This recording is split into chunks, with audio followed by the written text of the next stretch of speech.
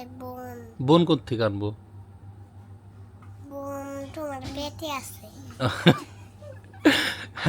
আমার পেটে বোন আছে? হ্যাঁ। রাইস আনতে কি খেতে দিছো কেন? রাইস আন্টিকে খেদিয়ে দিইনি, রাইস আন্টি চলে গেছে। কেন কেন চলে গেছে? কেন চলে গেছে রাইস আনতে? পড়াশোনা করতে হবে, তার স্কুল খুলে গেছে। ও তাই তো। আমাদের বাসায় থেকে স্কুলে যায় না কেন? জিজ্ঞেস করে দেখতে হবে কেন যায় না। তোমাকে কি নতুন একটা আন্টি এনে দিব? হ্যাঁ হুম, হ্যাঁ হ্যাঁ। কি মুসিবত হয়ে গেল।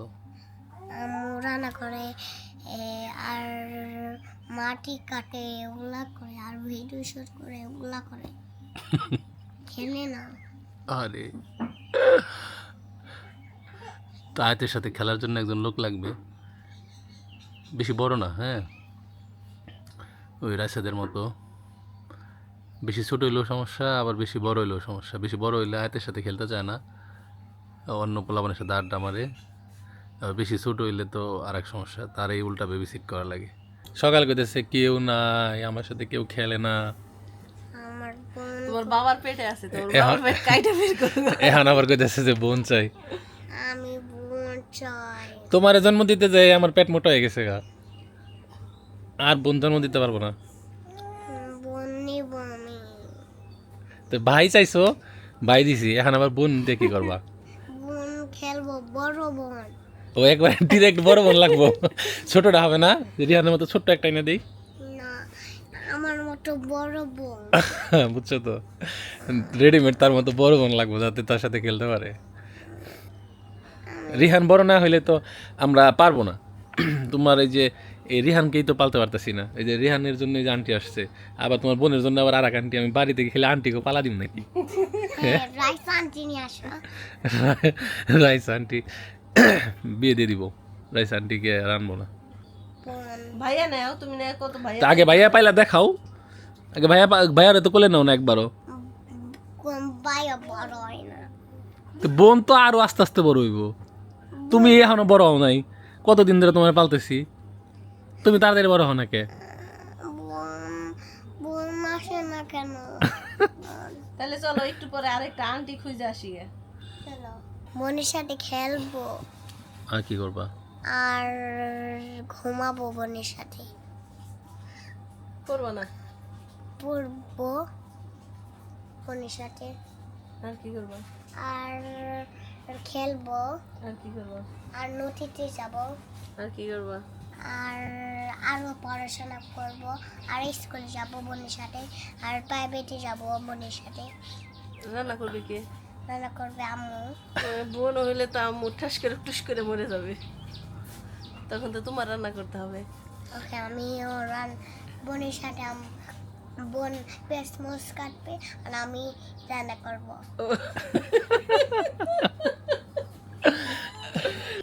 যদি বোন আসে তাহলে তোমার আম্মু মরে যাবে। এখন তুমি কি আম্মু চাও না বোন চাও? বোন চাই।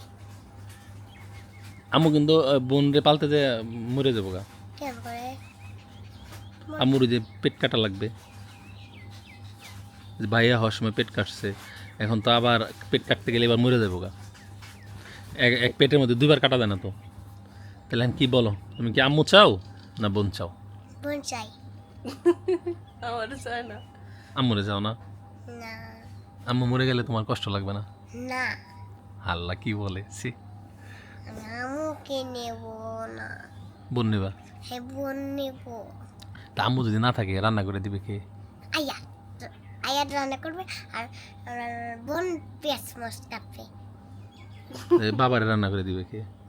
আয়া আর বোন পেঁয়াজ মরিচ কাটবে। রান্না তো খুবই সহজ, খালি পেঁয়াজ মাছ কাটলে রান্না হয়ে যায়। তাহলে তুমি রান্না করে দেখাও আমাদেরকে আগে, পারো কিনা? হ্যাঁ আমি আমি কি কি রান্না করতে পারো? আমি রান্না করতে পারি বার্গার, পিৎজা ও মাই গড, আর আর কি? আর ফ্রেঞ্চ ফ্রাই, ও মাই গড, আর সুশি। ও নাইস, সুশি তো খুব সহজ, কাঁচা মাছ খালি খাইলে হইবো, হ্যাঁ। আর কি আর কি?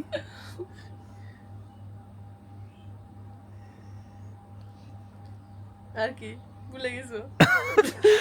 যেটি পিঠা পিঠা। সম্পা তুমি মরে যাও, তুমি জীবনে বার্গার রাঁধতে পারবা না, আচ্ছা, আমিও খাইছি। ফ্রেঞ্চ ফ্রাইও পারবা না, ঠিক আছে, পিৎজা পারবা না, আমার মেয়ে রান্না করে দিব, ওইটাই খামো আমরা, ঠিক আছে, তোমার দিয়ে আমারও দরকার নেই। তাহলে চলো, আম্মুরে কব্বর দিবা কোথায়? আম গাছের টানে আম গাছের তলে? আম গাছ তো অনেকগুলা, কোন আম গাছ? আটের আম গাছ আদের আম গাছ। তাহলে চলো কবরের জায়গাটা দেখে আসি, ঠিক চলো। আছে? চলো, কোথায় কবর দিবা এটাই দেখে আসি, চলো। এই আম গাছতলা এখানে? না এটা আটে না, ওই যে সোনে করে হয় আম শোনে করে, ও এনে দিব না, এনে দিতে গেটের সামনে থাকবো, বাড়ির সমস্যা হয়ে যাবো। ঠিক আছে, ঠিক আছে, চালাক আছে, এনে দিব না, এনে দিলে তো সবসময় আমাকে দেখা লাগবে, ওই যে বেরোনোর সময় বাবারে দেখা লাগবো, মারে দেখা লাগবো। আর আমারে কবর দিবা কোথায়?